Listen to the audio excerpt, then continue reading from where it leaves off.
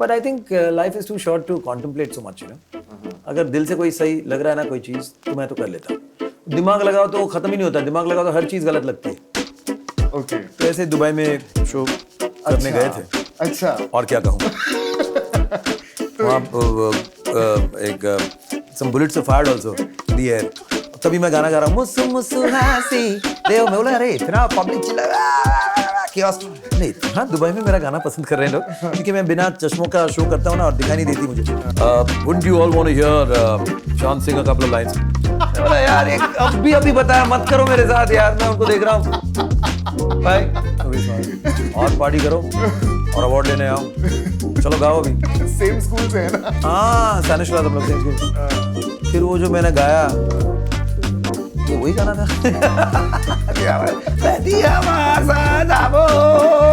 तो इसका अवार्ड वापस कर सकते हैं. पता होगा मुझे नहीं पता. सॉरी बहुत करता. चांद सिफारिश जो करता हमारी देता वो तुमको पता. बोले ऐसे क्यों गा रहे हो तुम, मतलब गरीबों के उदित नारायण बन के क्यों गा रहे हो तुम. तो मैं बोला अच्छा ऐसा लग रहा है. तो बोला अगर यही है तो उदित जी आके गा देंगे, अभी आ जाएंगे, बोलो क्या करना है. बोलो नहीं मैं गाता हूँ. तो मैं डर गया. मैं ऐसा गाता हूँ, अरे मेरी आवाज में एक ऐसी बात है. Allah is a state of mind. State of mind. अगर आपके दिल में प्यार है और आप हर चीज को उस प्यार के नजरिए से देख सकते हैं तो हर चीज खूबसूरत है, हर चीज अच्छी है, ठीक ठाक. नहीं, but you look 20 years younger. Oh yeah, it is. Sir आपके जितना तो नहीं है. Not really.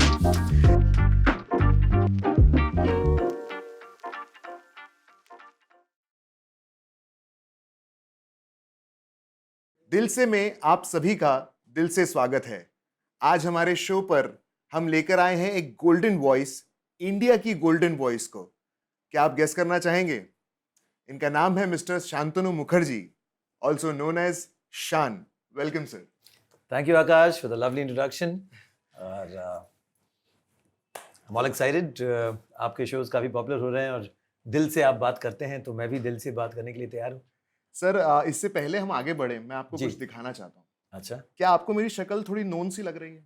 कभी देखा हुआ लग रहा है? यार ऐसा मत करो, मेरी याददाश्त बहुत बुरी है, कमजोर है, तो नहीं. तो मैं दर्शकों को भी दिखाना चाहूंगा. और सर देखिए, ये हम दोनों हैं आज से 10 साल पहले. हाँ यार. ये आवाज महाराष्ट्र था. 10 क्या लग रहा है, कुछ 20 साल पुराना लग रहा है. Voice of Maharashtra. नहीं, आवाज महाराष्ट्र नाम का एक शो था जिसके फिनाले पर आप आए थे. अच्छा. और मैं एक प्रमोटर था और मैं आपको असिस्ट कर रहा था in the vanity. Okay okay, vanity के अंदर का फोटो है. यस. एंड आप एक आप गैजेट्स को पसंद करने वाले एक ऐसे इंसान थे जिन्होंने मुझसे मेरे फोन के बारे में पूछा था और मैं अपने दोस्त को दुआएं दे रहा था कि यार क्या फोन सजेस्ट किया तूने. एक सेलिब्रिटी मुझसे पूछ रहा है, इतना अच्छा फोन है. ओहो. हाँ. तो सर आगे बढ़ते हुए मैं आपसे पूछना चाहूंगा कि ये जो आपकी जर्नी है, जो लवोलॉजी से मैं काउंट करना वहां से इस वक्त इसलिए चालू कर रहा हूँ कि है तो बहुत पुरानी, बट लवोलॉजी, नौजवान, ये जो आपने एल्बम्स बनाई हैं, इसमें कैसे शुरुआत की? क्योंकि उस समय आपके पास कोई ऐसे प्रोड्यूसर्स या ऐसे इन्वेस्टर्स रेडी नहीं थे. कैसे? मैं वैसे म्यूजिक फैमिली से बिलोंग तो करता हूँ और कहीं ना कहीं मुझे पता था कि म्यूजिक मेरा एक बैकअप था उस जमाने में. लेकिन ऑब्वियसली यू नो मेरे पिताजी का मैंने करियर देखा है और you know there is lot of insecurities होती है. यू नो आज एक काम मिला, कल मिलेगा ना मिलेगा. You know, so it's a very difficult, you have to be very brave to take on music as a career. तो मैं चाह रहा था कि कुछ स्टेबल ही कुछ करूं. तो लेकिन सब कुछ करने के बाद देखा कि यार ये सिंगिंग ही मुझे पुकार रही है, बुला रही है, and it's becoming you know बिना कुछ ज़्यादा स्ट्रगल किए ही ऑफर्स आ रहे हैं, लोग बुलाकर गवा रहे हैं. तो मैं बोला यार इस पर थोड़ा सा सीरियस हो जाता हूँ. लेकिन उस बीच में मैंने बहुत सारे और जॉब्स किए, बच्चों की ट्यूशन्स देना या फिर ये केबल टीवी ऑपरेटर बुटीक में काम किया. ऐसे बहुत अजीब सब. तो ये एल्बम्स निकालने के लिए आपने कैसे मतलब जद्दोजहद की? आपके पास वो पैसा कैसा आया कि आप इसको प्रमोट कर सके? नहीं, तभी आपके पास पैसे होने की जरूरत नहीं थी. अच्छा. वो अलग वक्त है. हाँ. तभी आपको किसी म्यूजिक कंपनी को आपको साइन करना होता था जी. म्यूजिक कंपनी आपको गाने के पैसे देते थे, वीडियोस के पैसे देते थे या खुद वो बनाते थे. और अच्छा चले तो फिर भी there was a lot of it made a lot of business sense. आजकल थोड़ा अलग है, आजकल हमें ही खुद को प्रमोट करना पड़ता है, ये करना पड़ता है, तो बट दैट्स ऑल्सो इंटरेस्टिंग, वो भी कर रहा हूँ। लेकिन going back to those times, मैं जिंगल से शुरू किया था, so I to sing a lot of radio ads, radio television ads, और one thing led to another and then there was a music company. उन लोग सिर्फ और सिर्फ नॉन फिल्म एल्बम्स बनाते थे, तो मैं उसमें किसी और के एल्बम में कुछ गाने गाए थे। स्टाइल बाय मुंबई का नंबर 1 बाय, ये सब था। तभी ही was one of the first rappers of our country. तो उसके प्रोजेक्ट में Sagarika, my sister, she had done all the hook parts. Salim Sulaiman produce the album. तो वहाँ मैंने उनके साथ एक गाना गाया था, और इंग्लिश में गाना था। एक श्वेता शेट्टी के लिए भी ये गाना किया था in their album. So the same company said, यार ये बार बार इधर उधर गा रहा है, चलो इसको साइन कर लेते हैं। तो मैं साइन करने गया, तो मैं तिरुपति गया था। तो 93 की बात थी, मैं मुंडन करके आया था। तो बोले, यार ये टकले सिंगर को कौन लेगा? अच्छा। तो मैं बोला, यार ये तो मैंने अभी गंजा हुआ है, बाल आ जाएंगे मेरे। बोले, बाल आ जाएंगे तो बात करेंगे। ऐसे यार सिंगिंग के साथ बाल वाला ऐसा चक्कर हो गया, तो मैं गया ही नहीं। 1 साल बाद इतने लंबे बाल लेकर आ गया। नहीं, बट लेकिन तो बोले कि चलो इसको साइन करते हैं। आपको गंजा होने की वजह से जब ऐसा बोला गया, तो आपको आपके अंदर क्या चल रहा था? कैसी भावना क्या थी अंदर? मैं ऐसी बात नहीं, अभी बहुत पुरानी बात है, I don't know exactly what, और ऑब्वियसली आई वाज कंफ्यूज्ड। ऐसे यार अभी आपको म्यूजिक एल्बम करना है, मैं गाना गाता हूँ, you know I have sung for so many ads, I already done about 300 to 400 ads already. तो बालों का क्या कनेक्शन है, यू नो, सिंगिंग के साथ? तो जो भी हो, so that's how, you know, मैं वो वन मानुस की तरह फिर आने लगा लवालजी में या नौजवान में, और वो लंबे लंबे बाल। फिर मैं बोला, ये फिक्स, अगर बालों की वजह से मुझे काम मिल रहा है, तो बालों को मैं काटूंगा ही नहीं। तो इनिशियल फेज ऑफ करियर की बात की जाए, और अगर इन एल्बम्स की बात की जाए, तो सागरिका मैम को ऑफ कोर्स हम याद करते हैं। तो वो उनके साथ आपका रिश्ता कैसा है, और मतलब अभी वो कहाँ हैं, और क्या कब हम देख सकते हैं आपको वापस साथ में? नहीं, रिश्ता कैसा है ये तो अजीब सवाल है, क्योंकि बहुत अच्छा रिश्ता है, भाई बहन है। रिश्ता कैसा है एज इन करियर प्रोफेशनली? तो you know we haven't work for a long time, but अब हाल ही में एक प्रोजेक्ट में वी हैव संग अ ड्यूएट टुगेदर। बहुत प्यारा सा एक it's a teeny pop kind of a song, जैसे हम लोग करते थे इन 95 96। ऐसा होता है तन तन तरररन, उस तरह का कोई गाना है। हम जब मिले, ऐसा टाइप का कुछ गाना है। सो अगले इतने साल बाद फिर उस तरह का ही गाना करवा रहे हो, अरे यार क्या करें, सिचुएशन ऐसा बन गया है।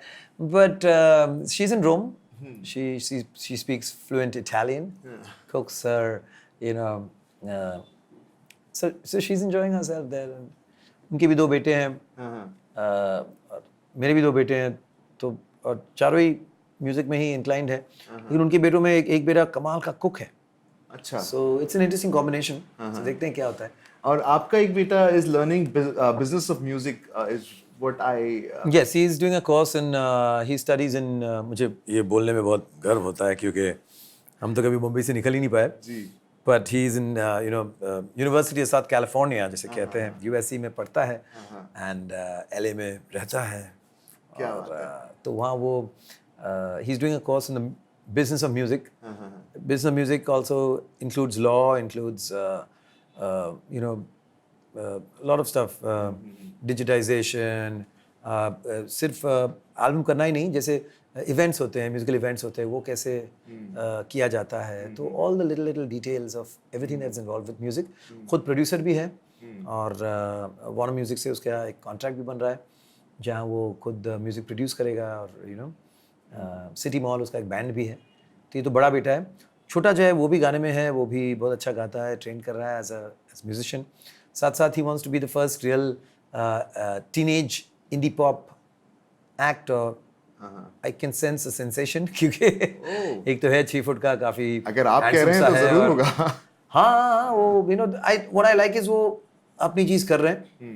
There's no मतलब ये नहीं कि डैड ये कर दो वो कर दो, दे आर वेरी इंडिपेंडेंट, खुद कर रहे हैं, they know what they want from life. तो हमारा रिश्ता is more like just a parent and child, not so much के यू नो प्रोफेशनली मैं इतना इंटरफियर नहीं करता हूँ। And of course they know I am there for them, but I want them to you know do their own thing, chart their own life. जो भी करे फिर नहीं बोले अरे डैडी की वजह से हुआ है, मतलब जो भी है तुम्हारे वजह से हो रहा है, अच्छा बुरा जो भी करोगे, you have to take responsible for it. दिल से best wishes for you too. Soham and Shubh का भी नाम बदल गया है, उसका नाम है अभी माही। Okay, nice. तो सर हमारे सेगमेंट में हम अपने गेस्ट से ही पूछते हैं कि क्योंकि हमारे शो का नाम भी दिल से है, तो ऐसा कोई डिसीजन आपकी लाइफ में जो आपने लिया हो सिर्फ दिल से, दिमाग से नहीं, और वो डिसीजन, मैं ये नहीं कहूँ कि दिमाग का उसमें कोई इन्वॉल्वमेंट नहीं है, लेकिन कई बार ऐसा होता है कि हमारी फैमिली या फ्रेंड्स या आसपास के लोग शायद उस चीज़ को सपोर्ट नहीं करते हैं, लेकिन हमारा दिल कहता है नहीं यार ये सही है। ऐसा कोई डिसीजन आपने लिया है जो आपको लगता है कि सही किया? एक डिसीजन लिया था आज से कुछ 22 साल पहले, जी। और उस एक डिसीजन के बाद मैं डिसीजन लेना ही छोड़ दिया। नहीं, बुरा डिसीजन नहीं था। ओके। लेकिन ऐसा हुआ कि वो डिसीजन था कि एक कन्या, यंग, मुझसे 6 साल से छोटी, बड़े घर की रईस लड़की, बंगले में अपनी रहती है। डरा हुआ था यार, मैं तो तब तक भाड़े के घर में रहता था और राइट। कुछ फ्यूचर का कुछ फिक्स तो था नहीं। राइट। लेकिन कर लिया शादी, डिसीजन ले लिया। उसके बाद मेरे सारे डिसीजन अब वो ही लेती है और मैं वही मुनासिब समझता हूँ, क्योंकि मुझसे डिसीजंस लेना बहुत मुश्किल। अगर मुझे डिसीजन लेना है तो हर चीज़ में मैं हाँ कर देता हूँ। दिल वाला डिसीजन बिल्कुल दिल से ही लेना है। दिल से ही लेता हूँ और हर चीज़ सही लगती है मुझे। कोई आके बोलते ये करेंगे, हाँ करते हैं, हाँ करो, उसके बाद पता चला कि यार पूरा गड़बड़ हो गया। But I think life is too short to contemplate so much. अगर दिल से कोई सही लग रहा है ना कोई चीज़, तो मैं तो कर लेता हूँ। दिमाग लगाओ तो वो ख़त्म ही नहीं होता, दिमाग लगाओ तो हर चीज़ गलत लगती है। तो ऐसी कोई, जैसे राधिका मैम का नाम अभी आया सामने, तो ऐसी कोई हैबिट आपकी जो आज उनको अनॉय करती है, आज या हमेशा से ही अनॉय करती है? एक ऐसी हैबिट। एक बोले तो बहुत हैबिट्स है यार। आजकल तो हर चीज़ में अनॉय हो जाती मुझसे, पता नहीं क्यों। आई थिंक इतने साल साथ में रहने के बाद ऐसा ही होता है। नहीं, फिर भी कोई एक ऐसी हैबिट होगी जो आप पब्लिकली बता सकते हैं, यार ये मेरी हैबिट है जो। मैं भूल जाता हूँ। हाँ। कई हादसे होते हैं, चीज़ें होती हैं, भूल जाता हूँ। उन्हें लगता है कि मैंने जानबूझ के कोई बात छुपाई है उनसे। जब पता चलता तो बोलते ये मुझे बताया क्यों नहीं? ऐसे यार वो हुआ कब था, मैं फिर उसके बाद कहीं और गया, मैं भूल गया। इतनी बड़ी बात कैसे भूल गया? ऐसे यार मैं भूल गया यार बताना। तो ऐसा होता है कई बार। तो कभी कभार शक के दायरे में आ जाता हूँ, लेकिन उसको भी पता है कि ऐसा ही है। तो कोई टेंशन नहीं है। सर ना तो I use it to my favour. Okay, हाँ भूल क्यों नहीं गया। बता? अरे भूल गया। हाँ तुम तो भूल ही जाते हो। हाँ ऐसा ही हुआ मेरे साथ। सर ऐसा कोई कंपोजर इंटरनेशनली, इंडिया हो जरूरी नहीं, ऐसा कोई हाँ मैं तो composer अभी बस इंटरनेशनल। इंडिया में तो कहा क्या रहा है अब? नहीं, सो ग्लोबली ऐसा कोई म्यूजिक कंपोजर जिसके साथ आप काम करना चाहते हैं? नहीं ऐसी बात नहीं है, जो भी मिले यार मैं तो काम करना चाहता हूँ। नहीं वो तो है ही, नहीं, मेरे लेकिन पास एक- कभी मैंने ऐसे सपने ही नहीं देखे। कभी ऐसे सवाल का पास मेरा मतलब कभी मैंने, कई आर्टिस्ट कहते हैं ना, मैं हमेशा सोचता था एक बड़े से स्टेज में मैं परफॉर्म कर रहा हूँ हज़ारों लोगों के सामने, या फिर मेरा गाना सुपर हिट हो गया, या फिर फला फला के साथ मैं डुएट कर रहा हूँ। ऐसे कभी मैंने मैं basically I am a survivor. बस आज का दिन अच्छा निकल गया, कल का कल सोचेंगे। उस तरह की मेरी मतलब बहुत ही मध्यम वर्गीय वाली सोच है। तो मैंने कभी बड़े बड़े सपने देखे ही नहीं कि इसके साथ मुझे काम करना है, इसके साथ। मैं ये पूछता हूँ उसके साथ, वो मेरे साथ काम करना चाहेंगे तो मैं तैयार हूँ। मुझे तो काम करना है बस। नहीं लेकिन और मैंने हर मतलब कभी ये भी नहीं सोचा है कि यार वो बड़ा कंपोजर है उसके साथ काम करूं, उसके पीछे पड़े रहूं, उसको फ़ोन करते रहूं कि उसके साथ मुझे काम मिलेगा। अरे ये छोटा कंपोजर है यार, इसका छोड़ो, इसको उसके साथ क्या होने वाला है। तो I have never proactively done anything. जिसने फ़ोन किया, बोल दिया आ जाओ, तो ऐसा आ ऐसा जाता हूं। सपना और ऐसा एम बनाकर आप कभी नहीं चले? प्राइम मिनिस्टर बनने का बहुत सपना देखता था मैं। देश के हित में कुछ ऐसा कर जाऊं। नहीं लेकिन आज कितने आपकी thoughts वजह आते से रहते मेरा हैं। एक सपना पूरा हो गया। क्या? 10 साल पहले वो जो प्रमोटर आपकी वैनिटी में था, वो सोच नहीं, जैसा कि अनुपम खेर सर कहते हैं, सर आपके लिए ये कि लाइफ में कुछ भी हो सकता है। हाँ। तो ये मेरा कुछ भी हो सकता मोमेंट है। क्योंकि मैं एज अ प्रमोटर आपके साथ था और मेरा, अरे नहीं और मैं आज आपको सपना इंटरव्यू कर देखना रहा ही है हूँ। तो और बड़े बड़े लक्ष्य रखो यार। ये क्या इंटरव्यू? अभी नहीं, मुझे कहो कि लगता है कि आपका- एक टाइम आएगा शान मेरा इंटरव्यू करेगा। कहते हैं ऐसे आजकल, मैं ये सब भी स्टडी कर रहा हूँ। जैसे कहते हैं ना, इसको मैनिफेस्टेशंस कहते हैं या फिर Right, law of affirmations attraction. कहते हैं। हाँ या पढ़ तो रहा हूँ, लेकिन उसको मैं ठीक अमल नहीं कर पा रहा हूँ उसको। But I like to keep my hopes and things moderate. Lot of gratitude, अच्छा चल रहा है, वेरी लॉट ऑफ थैंकफुलनेस। ये भी तो सोचा नहीं था यार इतना कुछ हो रहा है। जी। और जब बिना सोचे, बिना चाहे, बिना समझे कुछ हो जाता है, उसका मजा और ही होता है। आपके इंटरव्यूज से हमें पता चला है कि आपको स्वीट्स और सी फूड पसंद है। हाँ। तो मैं आपसे अभी एक एक्टिविटी करवाने वाला हूँ, not let's not call it activity, एक ऐसी चीज की जैसे मुझे कोई पूछे मेरा फेवरेट स्वीट क्या है, तो मैं कहूँगा गरम गरम गुलाब जामुन और वैनिला के साथ क्या बात? आइसक्रीम के साथ। तो वो मुझसे अगर सवाल करे कि क्यों, तो मैं कहूंगा कि जब गरम गरम गुलाब जामुन वैनिला पे गिरता है और वो जब पिघलता है और मुंह के अंदर जाता है तो उसका स्वाद ही अलग होता है। अच्छा, मतलब मैं इसको- उल्टा इमेजिन कर रहा था यार। गुलाब जामुन पहले से है गरम गरम, वैसा और भी हो उस सकता पर है। एक स्कूप आ जाए वैसा वैनिला भी हो का, सकता है। और वो पिघलता जाए उसके अंदर, वाह। और वो हम खाते जाए, और एक चम्मच में गरम माठ भी आ रही है और ठंडाई भी हो रही है, और वो तो ये रीजन है उस स्वीट को आप पसंद लाए हो करने क्या का। मेरे लिए खास? हाँ, नहीं नहीं, वो रीजन है ये स्वीट को पसंद करने का मेरा। तो मैंने जिस तरीके से ये समझाया, वैसे आपका फेवरेट स्वीट यार क्या है अभी पहले? मुझे अलग इमेजिनेशन में डाल चुके हैं, और सर, अभी बोल रहे हो कि बस। सर स्वीट भी आ जाएगा, आपने कोई अनुपम दिक्कत जी की नहीं। बात की, तो अभी अभी मैं देख रहा था कि कुछ 62 या 65 दिनों से वो मीठा खाना बंद कर दिए हैं। मैं बोला हैट्स ऑफ यार, ये आदमी, he is such an 62 amazing. days। हाँ, हाँ। But yeah let's not take those challenges. तो आप बताओ क्या करना है अभी? मैं तो एकदम कंफ्यूज आपको हो ये गया हूँ करना यार। है, आपको ये करना फेवरेट, है, मेरा आपको पहले फेवरेट तो स्वीट डिश। आपकी फेवरेट स्वीट डिश बतानी है। और जब मैं सवाल पूछूं क्यों, तो आपको जैसे मैंने उस इमोशन के साथ एक्सप्रेस किया, आपको वो करना। एक तो मेरा फेवरेट आइडिया तो आपने ले ही लियो हाँ।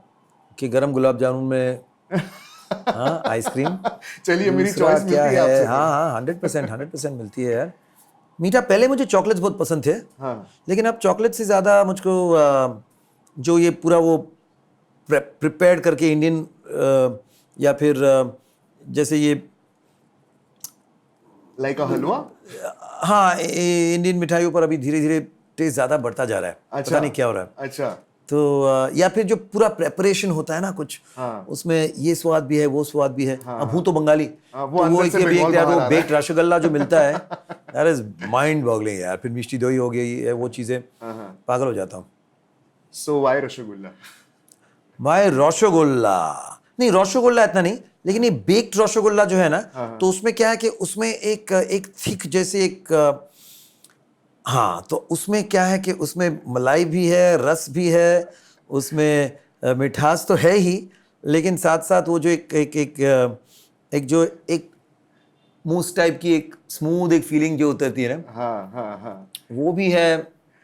सर, स्वाद सेट पे रह सब जाता है लोगों यार, को पानी कहीं आ रहा है। कहीं, हाँ, कई मिनटों के बाद तक भी वो स्वाद उसका रह जाता है। और उसके पहले आप कुछ भी तीखा वीखा खा लिए ना, लेकिन वो खाने के बाद फिर सुकून, सॉर्टेड। तो खाने के बाद मीठा तो चाहिए। तो अगर ये बेक्ड रसगुल्ला मिल जाए ना, ट्राई करो। और हेल्थ भी है क्योंकि बेक्ड है, बेक्ड है एटलीस्ट मन के लिए, मन की शांति के लिए अच्छी बात है ना। बट सर, वो शुगर का क्या फिर? क्या करे यार। नहीं, चलिए, बट कभी कभी मैंने तो मैंने बनता है। क्या, सॉरी थोड़ा टॉपिक से हट रहा हूँ, लेकिन मेन क्या होता है ना कि मीठा खाने से आपका इंसुलिन किक होता है बॉडी में। राइट। तो इंसुलिन की जो सर्ज होती है, that then slows down the digestion, slows down, and that's how you gain fat और you gain weight Right. Through sugar. Right. तो इफ यू हैव इट खाली पेट में खाओगे ना, that's very dangerous. Right. But already आपका insulin level थोड़ा बढ़ चुका है बढ़ा क्योंकि हुआ आप खाना वाना खाए हो, हाँ। तो उसके साथ एक चिपका दो टक करके, तो इतना फर्क नहीं पड़ता। इसलिए खाने के बाद मीठा खाने का रिवाज है। साइंटिफिक रीजन है। Right right. और देखो, अरे ये तो इसका वायर ऐसा लटक रहा है अंदर से, ऐसा मुझे मेरा पेट दिखा रहा है यार। ये मैं तब से बोल रहा था आप लोगों को, फिट लग रहे हैं। ऐसा सिक्स पैक वाला फिट तो नहीं होना है, लेकिन ठीक ठाक। नहीं, but you look 20 years younger. Feel good. Oh yeah, it is. Sir, आपके जितना तो नहीं है। Not really. So, सर, ऐसा कोई दोस्त, आफले, आपके पास आफले हैं? आफले, आकाश आफले। हाँ। सर ऐसा कोई दोस्त है जिसको आप खुशी में, सैडनेस में, या कभी भी आपको लगता है कि यार सिर्फ बात करने का मन कर रहा है, तो आप कॉल उठा के तुरंत कॉल कर लेते हैं, और वो दोस्त आपको हमेशा याद आता है ऐसे मोमेंट्स पे, जो ऐसे मोमेंट्स होते हैं जो एक्सट्रीमली सैड हो या बहुत एक्सट्रीमली सारे हैप्पी दोस्त हो। हैं। नहीं, बट वो एक ऐसा स्पेशल किसी एक को मैं थोड़ी इतना चढ़ाऊंगा, ये बात और भी बहुत सारे, तो कभी इससे बात कर लिया तो फिर उससे बात करता हूँ, फिर बोले तुझे फोन आता है क्या? मुझे फोन आता है। ये सब चलता रहता है। नहीं, हम लोग के स्कूल के दोस्त भी अभी तक मेरे साथ, we are in touch right from school. फिर यू नो मेरे बिल्डिंग फ्रेंड्स हैं जो जब भी चाहो यू नो चले यार let's go catch a coffee, या शाम का वक्त है तो साहब विस्की। तो बहुत सारे दोस्त हैं। I am very very happy that एक पॉइंट आता है जब यू नो दोस्त का होना बहुत ज़रूरी होता है। आदमी इंसान भागते रहते हैं, हम लोग भागते रहते हैं, और बस यहाँ से वहाँ, यहाँ से वहाँ, काम काज। लेकिन हाँ, अगर एक फ्रेंड का नाम लेना होगा तो that is Radhika for sure, क्योंकि she is my closest friend and my friend philosopher guide. और तो हाँ, वो एक तो फ्रेंड है। और एक मेरी बहुत प्यारी सी, क्यूट सी, सबसे सबसे डार्लिंग सी फ्रेंड अब ऊपर है, कहीं देख रही है मुझे, पता नहीं, हंस रही है, माई मॉम।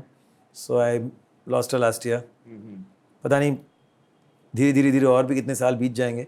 बट मैंने सुना उनको दादा फाल्के अवार्ड से मतलब नवाजा गया था। मेरी मम्मी कोरस में गाती थी और मेरे पिताजी कंपोजर थे, लेकिन उनके काम का, जैसे मैं आपको बता रहा था ना, it's a very erratic line. तो कभी काम मिला, कभी नहीं मिला। तो देखा जाए तो मम्मी ने ही हमें पाल पोस कर बड़ा किया। So from 1970 to 2000, 30 years she has been A-lister choir chorus singer. तो सिने सिंगर एसोसिएशन से उनका वो नाम गया था, and she got a Dada Saheb Phalke as in that category. लेकिन 2000 से फिर मैं सागरी काम कुछ करने लग गए थे। तो बोली कि अब मेरी शादी भी हो गई थी 2000 साल And you married your best friend. हाँ बस। नहीं, तभी यार मुझे इतना श्योर नहीं था कि क्या होने वाला है। आपने मैंने कहा ना, दिल से किया था। शाहरुख सर की वो लाइन आपने जो है वो कॉपी की होगी, मुझे लगता है कि प्यार दोस्ती है। ऐसा कोई, मैं फिल्में नहीं देखता ज्यादा यार। ये कौन सी फिल्म का डायलॉग है? ये आई थिंक कुछ कुछ होता का डायलॉग है। पता होगा, मुझे नहीं पता। सॉरी, बहुत बुरा मिमिक्री करता हूँ। शाहरुख सर की बात से याद आया सर, ऐसे पहले तो बहुत हुआ करता था कि पूरा ब्रीफ दिया जाता था गाने की सिचुएशन का।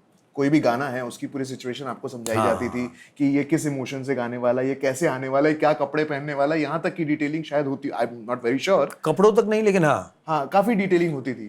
वो सीन, गाने से पहले का सीन क्या है, जो हीरो है वो गांव का है, शहर का है, फिर अगर of course you know the actor, then you know कि उसकी आवाज भारी है या फिर पतली है। तो वो पता चल जाता था, क्योंकि एक्टर को हम पहले सुन चुके हैं, देख चुके हैं। तो उस हिसाब से हम भी थोड़ा मॉडुलेट करते थे। तो ये जो ब्रीफ्स होते थे, ये सिर्फ कंपोजर ही करते थे या कभी कभी जो मेन एक्टर्स होते थे, या अगर उनका कोई नहीं, एक्टर्स नहीं करते थे, लेकिन डायरेक्टर्स करते थे जरूर। जैसे सूरज बड़जात्या जी के गाने जब करते थे तो प्रॉपर बाकायदा पूरा सीन आपके सामने आ जाता था कि, और उसके बाद फिर वो म्यूजिक बजता है और फिर वो वहाँ चलते हैं और फिर वो गाना शुरू होता है। So when you are singing, you actually just become that person. So in the overall process of making the movie, the song, the music, you never interact with the actors? No No. No. Okay. वो पहले के ज़माने में हमने सुना है कहीं के, शम्मी कपूर जी आते थे रिकॉर्डिंग पे, रफी साहब गा रहे हैं, तो उनको कैसे गा रहे हैं, उनके नसें कहाँ फूल रहे हैं, वो देखकर वो दिलीप कुमार साहब आते थे रिकॉर्डिंग्स में। But I think now the process has become so fast कि यहाँ गाने डब हो रहे हैं, वहाँ ऑलरेडी शूटिंग पे पहुंच गए हम लोग, वहाँ से फोन आ रहा है, गाना कहाँ है भाई, फिर वो गाना वहाँ पहुँचता है, फिर वहाँ शूट होता है। So things have moved on much faster. I can't really remember any actor being. Abhishek Bachchan एक गाने में आए थे। अच्छा, तो वो ब्रीफ क्या या था फिर जैसे तारे ज़मीं पर आमिर खान साहब थे, बम बम बोले, लेकिन उसमें उनका डायलॉग था ना बीच में, इसलिए थे। हाँ। तो वो कॉन्वर्सेशन उस मोमेंट पे कैसी थी सर आमिर सर के साथ, जब, क्योंकि ब्रीफ तो उनको भी दिया गया होगा म्यूजिक डायरेक्टर की तरफ से, या उन्होंने खुद क्रिएट किया? सर मैंने पहले ही आपको मेरा एक वो दे दिया हो ना, मेरी याददाश्त बहुत, क्या बोलते वो एलिबाई, या वो एक, तो कोई ऐसी ब्रीफ याद हो आपको जो रह गई दिमाग में किसी भी इंसान? इस बम बम बोले में ऐसा हुआ था कि गाना पहले डब हो चुका था, और तो उसमें आमिर खान साहब ने डायलॉग्स ऑलरेडी उनके हो गए थे, तो वो चाह रहे थे कि एक ही आवाज लगे।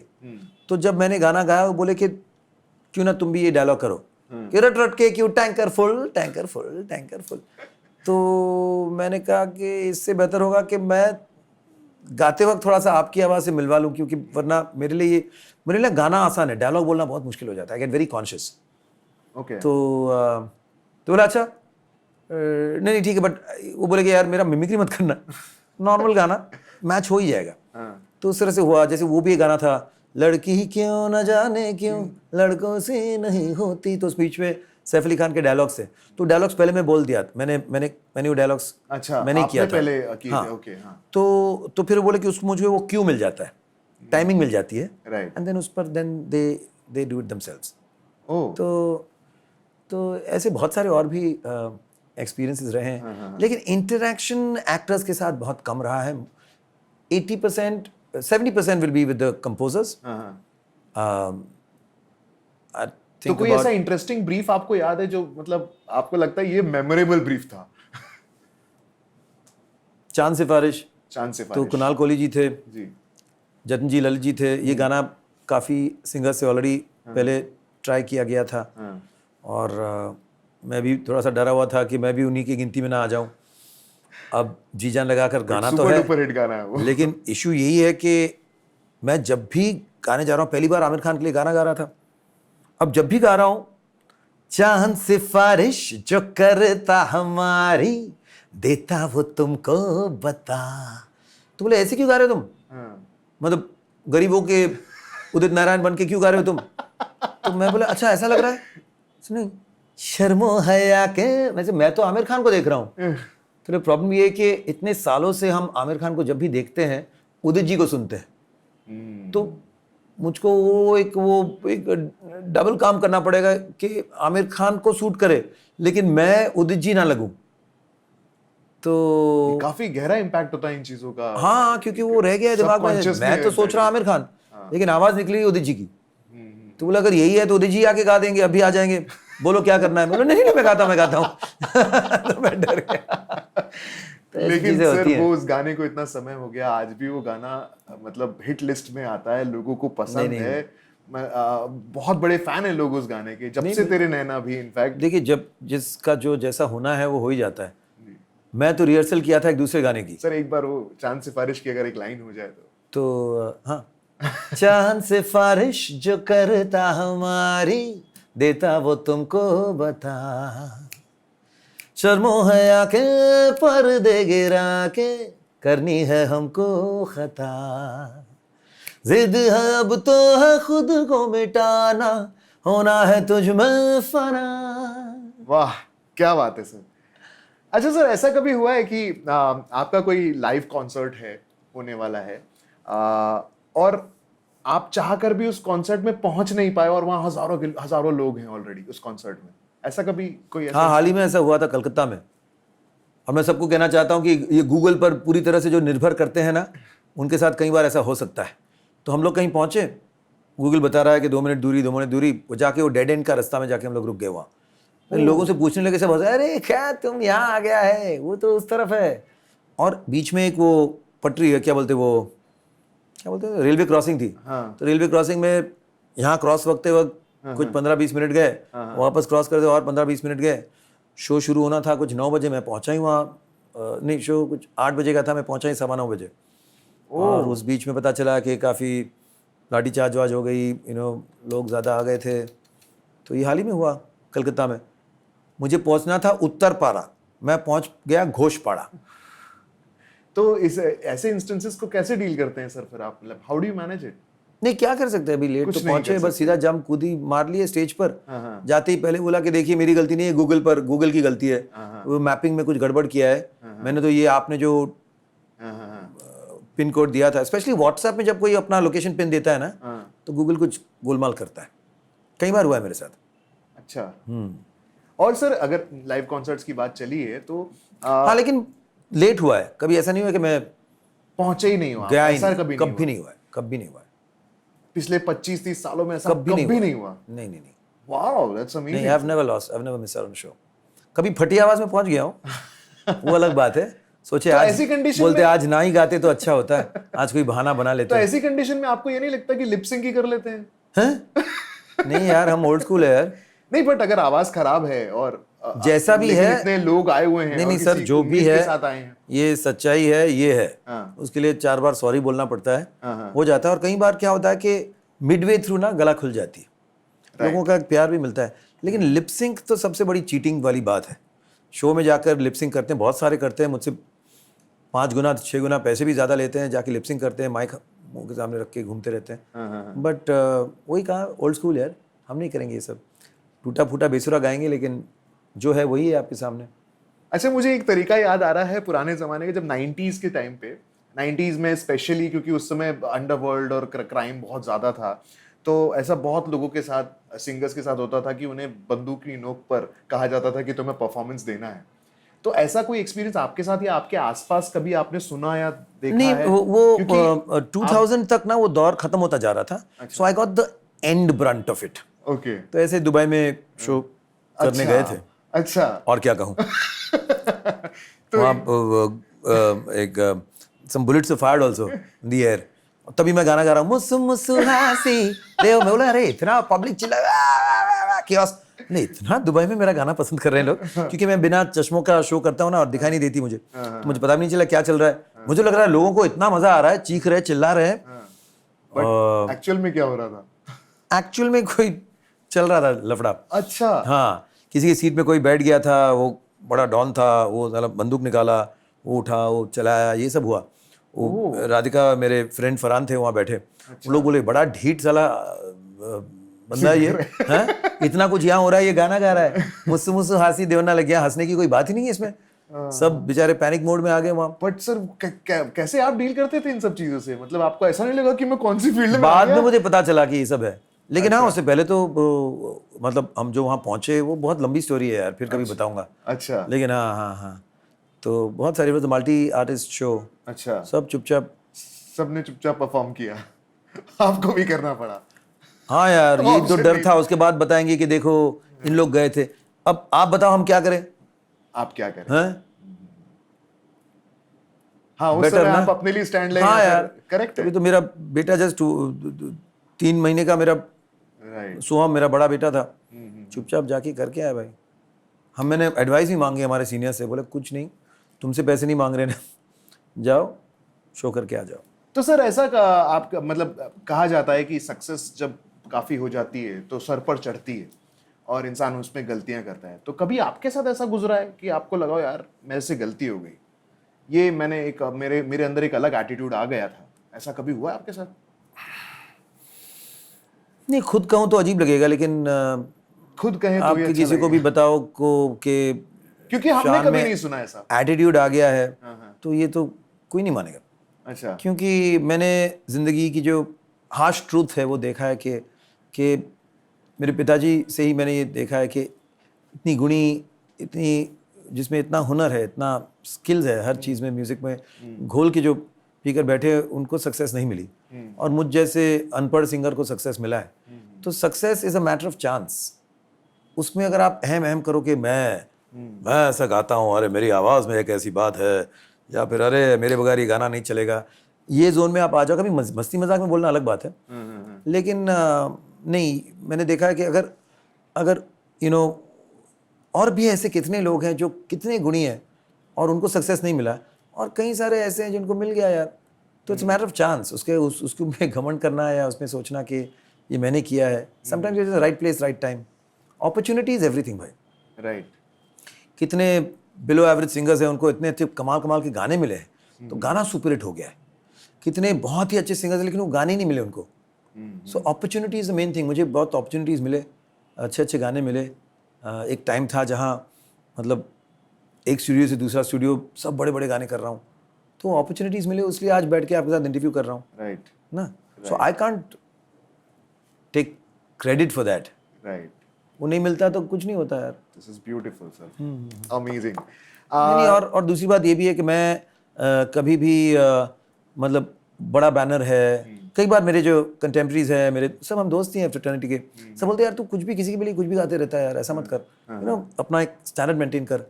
तो जो बड़े प्रोड्यूसर्स है वो बोलेंगे यार ये तो उसके लिए भी गा रहा है, उसके लिए भी गा रहा है। ऐसे मेरे लिए सबसे खुशी होती है जब मैं माइक के पीछे होता हूँ, और अगर 1-2 दिन निकल गए ऐसे कि मैं कुछ गाया नहीं, मैं माइक पे नहीं खड़ा हुआ ना, तो फिर मुझे डर लग रहा है मुझसे होगा, मैं गा पाऊंगा कि नहीं। मुझे I want to be, for the last 30 years I have to always be in front of mic. तो जो भी काम मिलता है, अगर I am free, I go and sing. Money ठीक है, सब अपना एक सेल्फ रिस्पेक्ट भी एक बात होती है ना, कोई कुछ भी थमा दे, थैंक यू वेरी मच, वो लेकर आ जाए, ऐसा नहीं।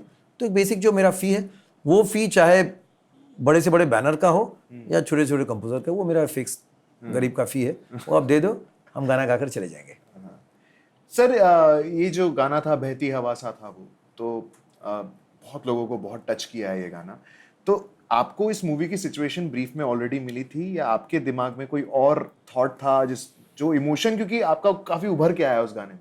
नहीं, बिल्कुल, आई मीन तो क्या चल रहा था दिमाग में? मतलब किसी को डेडिकेट किया था वो गाना आपने गाते समय? नहीं, the brief was so clearly put to me by Raju Irani, Vidhu Vinod Chopra ji भी थे। तो देखिए, these are these big film makers, passion film makers, जो हर एस्पेक्ट में ना 100% अपना देते हैं। राइट। तो but it was a make और ब्रेक सॉन्ग।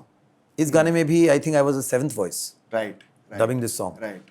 उनके लिए ये बहुत ही एक बहुत ही डेलिकेट सा मामला था, क्योंकि अब तक हीरो सामने नहीं आया है और एक इतना गाना चल रहा है, गाड़ी चल रही है और उसको ढूंढते हुए जा रहे हैं, किसी को पता नहीं रांचो कौन है, उसके लिए उसके दोस्त गा रहे हैं इमोशनल गाना, the emotion was not yet set in, so the song had to hold on its own.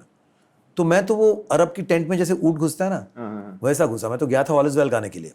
अच्छा। और उस टाइम पे ना 2010 की बात हो रही है, जब मेरा एक नॉड्यूल से मैं सफ़र कर रहा था, वोकल नॉड्यूल्स। तो वो अचानक से खराश आ जाती थी, अचानक से चले जाती थी, कोई गारंटी नहीं है कि आएगी नहीं जाएगी, क्या होगा। It was a very strange thing. तो बहती हवा सा ऐसा हो सकता था कभी भी। ओह। तो समझ नहीं आ रहा था मैं कैसे करूं, क्या करूं। तो जब वो बोले नहीं ऊपर वाले लाइंस मत गाना, सिर्फ वो हमको तो राहें थी चलाती, वो आपको करना है। वो किया। राजू बोला अच्छा लग रहा है यार, शान बाकी का भी कर ले ऊपर वाला। तो मैं बोला कैसे समझाऊं कि ये सिचुएशन है। ठीक है। वो गाना गाने के बाद मुझे पता चला कि जो मिड रेंज में वॉइस में खराश हो रहा था। अच्छा। और ऊपर और लकीली नीचे। ये गाना क्या था हाँ। कि यहाँ से यहाँ था और यहाँ से यहाँ था। तो आई इट वाज अ डिवाइन, मैं बच गया। क्योंकि उस गाने में अगर कोई भी बीच का जैसे हमको तो राहें थी चलाती, वो नीचे था और बहती हवा सा था वो, लेकिन बहती हवा सा था वो, राइट। उड़ती पतंग सा था वो, या वो खराश आता उसमें। तो वो मैं बच गया। और फिर लाइक आप कह रहे हो कि गाना इतना, बहुत बहुत मेरे तो अलग डर चल रहे थे भाई। आपको शायद वो डर ही इमोशन बन गया, एक्सप्रेशन बन गया, पता नहीं क्या। नहीं, बट बहुत ब्यूटीफुली। और लोग रोए हैं उस गाने पर, मतलब वो सुनकर, उस गाने को सुनकर बहुत लोग रोए हैं। नॉट मैं आपको बताऊं, I have been one of the worst जजेस ऑफ सॉन्ग्स। तो जब बाद में सीडी निकला और मैंने देखा कि यार मेरे सारे लाइंस ऑल इज वेल से निकल गए, it was a all out Sonu Nigam song और सिर्फ कोरस के कुछ लाइंस थे मेरे पास।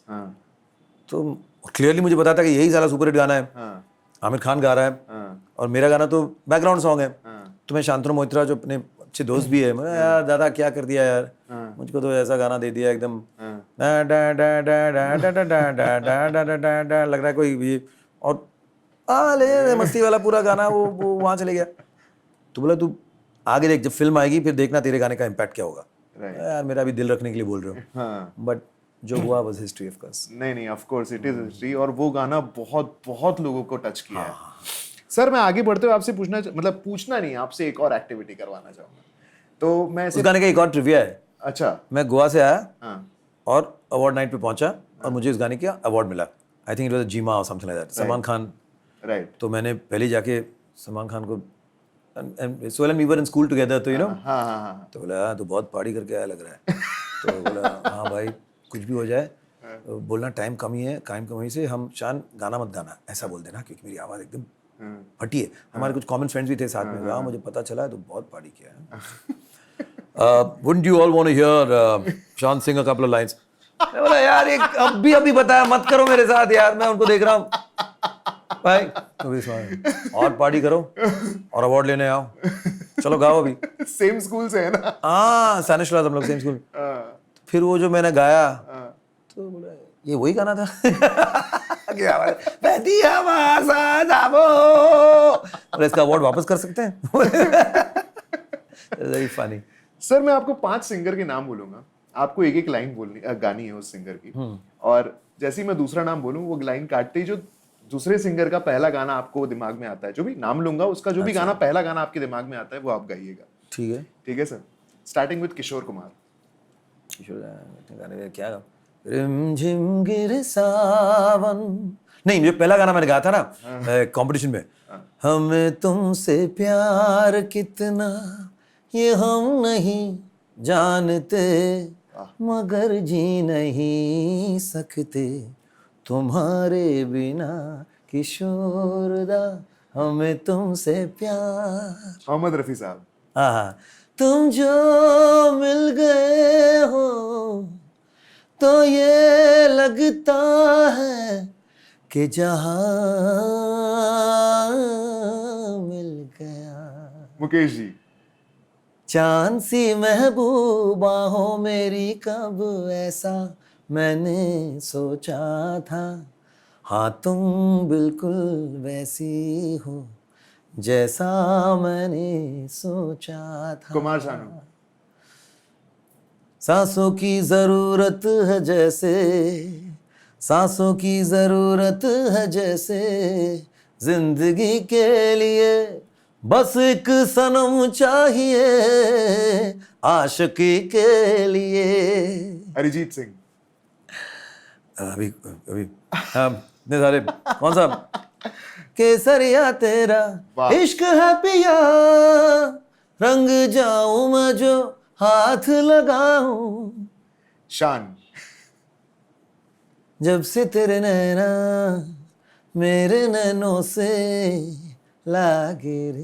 Beautiful sir, this is beautiful. Sir आपसे बात करने में इतना मजा आ रहा है कि समय गुजरे ही ना लग रहा है। लेकिन गुजर तो जा रहा है ना समय। गुजर तो जा हाँ, रहा ये तो है। तो सर आपको कैसा लगा दिल से शो पर आकर? बहुत मजा आया। हाँ। आपके काफी सवाल काफी नए थे। मेरी लिस्ट तो काफी लंबी लेकिन मैं छोड़ रहा हूँ। अच्छा चलो रैपिड फायर में कर लेते हैं। मैं कम, मेरी एक ही सबसे बड़ी यही बीमारी है, हाँ। बात करना। सिंगर के लिए जो सबसे गलत चीज है, we should not use our vocal cord so much फिजूल में, लेकिन मैं क्या करूं, आदत से मजबूर है। पा पा पा पा पूरा दिन बात करते रहता हूँ। करो, पूछो कुछ। नहीं, मैं पहले तो- शॉर्ट में जवाब पहले दे तो दूंगा। अपन ये दिल से वाला जो है कि दिल से शो पर आकर आपको ये सवाल, आपको ये कुछ अलग लगा या फिर इट इज मतलब आप चाहते हैं कि अभी आकाश की मैं बहुत भर भर के तारीफ करूं? 100% चाहते हैं कि नहीं हम लोग? बिल्कुल बिल्कुल। आकाश आफले, आकाश आफले, बहुत अच्छे आपके सवाल भी थे, आपका मुस्कान भी बहुत प्यारा है और रिएक्शंस भी आपके बहुत पॉजिटिव रहते हैं, जो भी आरएस कहते हैं। जी। आपके तो बहुत अच्छे इंटरव्यूज चल रहे हैं यार, बैक टू बैक। मैंने लकीली जी का इंटरव्यू देखा आपके साथ, it was fantastic. Thank you sir. दिल से, जैसे आपका इस शो का नाम है, तो बात दिल से ही आती है। लेकिन पेपर पे क्या है, पेपर से बताइए अभी क्या क्या आपने, और क्या क्या आपके सवाल सर इसमें सवाल आपके कॉलेज से रिलेटेड थे कुछ? अब जैसे कभी बच्चन साहब देते ना इंटरव्यू, एक दो लाइन में, शॉर्ट में, तो ऐसा कोई दोस्त जिसने सालों बाद कॉल किया आपको बहुत खुशी हुई लेकिन एजेंडा बाद में समझ में आया, तो कैसा था फीलिंग? सालों बाद जब कोई दोस्त फोन करता है तो एजेंडा होता ही हमेशा। ऐसे बहुत सारे स्कूल के दोस्त हैं, लेकिन नहीं, कभी बार ऐसा ही होता है, मम्मी से बात करवा ले अपने, तो अच्छा लगता है वो सब। It's nice. सो आपके पास ऐसे कॉल्स आते रहते हैं? हाँ, क्यों नहीं यार। देखिए, एजेंडा हो ना हो, पुराने दोस्त से बात करने का मजा तो होता ही है। मजा कुछ और एजेंडा भी क्या है बेचारों का यार, छोटे मोटे एजेंडाज होते हैं, इट्स नो बिग डील, मजा आता है। आप रिलीजियस हैं सर? नो, आप स्पिरिचुअल हैं? अभी अभी होने लगा हूँ, थोड़ा थोड़ा होने लगे हैं। तो क्या है डेफिनेशन स्पिरिचुअलिटी की आपके हिसाब से? आपको जो जितना हमें समझ में आता है उस हिसाब से। नहीं, अभी तो देखिए उतना तो मुझे नहीं पता क्या है क्या नहीं है, लेकिन आई थिंक आपकी इंसानियत, यू नो, मेरे गाने में एक लाइन भी बाबा बुल्ले शाह का एक लाइन से शुरू होता है वो गाना जी। गाने का नाम है रंग दे, रंग ले। तो उसमें है कि मस्जिद ढा दे, मंदिर ढा दे जो कुछ ढहंदा, एक बंदे दा दिल ना ढावे, रब दिलां विच रहिंदा। क्या बात है। तो लोगों में प्यार बांटो, खुश रखो जितना हो सके आपसे, बस वही रिलीजन है बस। लव की डेफिनेशन क्या है? आपकी definition? Love is a state of mind.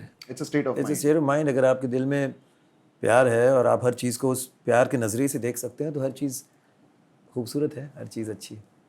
ठीक है सर, मैं समझ रहा हूँ सर, आपका वक्त गुजरा जा रहा है, तो इसी के साथ हम इस एपिसोड को यहाँ पर, मन तो नहीं कर रहा लेकिन कोशिश करते हैं समाप्त करने की। Thank you so much sir. क्या होता है, हमारे जो व्यूवर्स हैं बहुत सारे, इसमें से बहुत सारे व्यूवर्स सब्सक्राइब नहीं कर रहे हैं सर, तो अगर आप कह दें, क्योंकि मेरी तो मैं तो बोल कर थक गया हूं। बिल्कुल आप सब्सक्राइब करें, शेयर करें, लाइक करें, और आकाश की सारी इंटरव्यूज़ बहुत इंटरेस्टिंग होती हैं। इसका पता नहीं, लेकिन आने वाले जो हो चुके हैं बहुत अच्छे इंटरव्यूज़ हैं, सारे आप इंटरव्यूज़ ज़रूर देखें, एंजॉय करें, दिल से एंजॉय करें, and I wish you all the best Akash. Thank you so much. Wonderful life.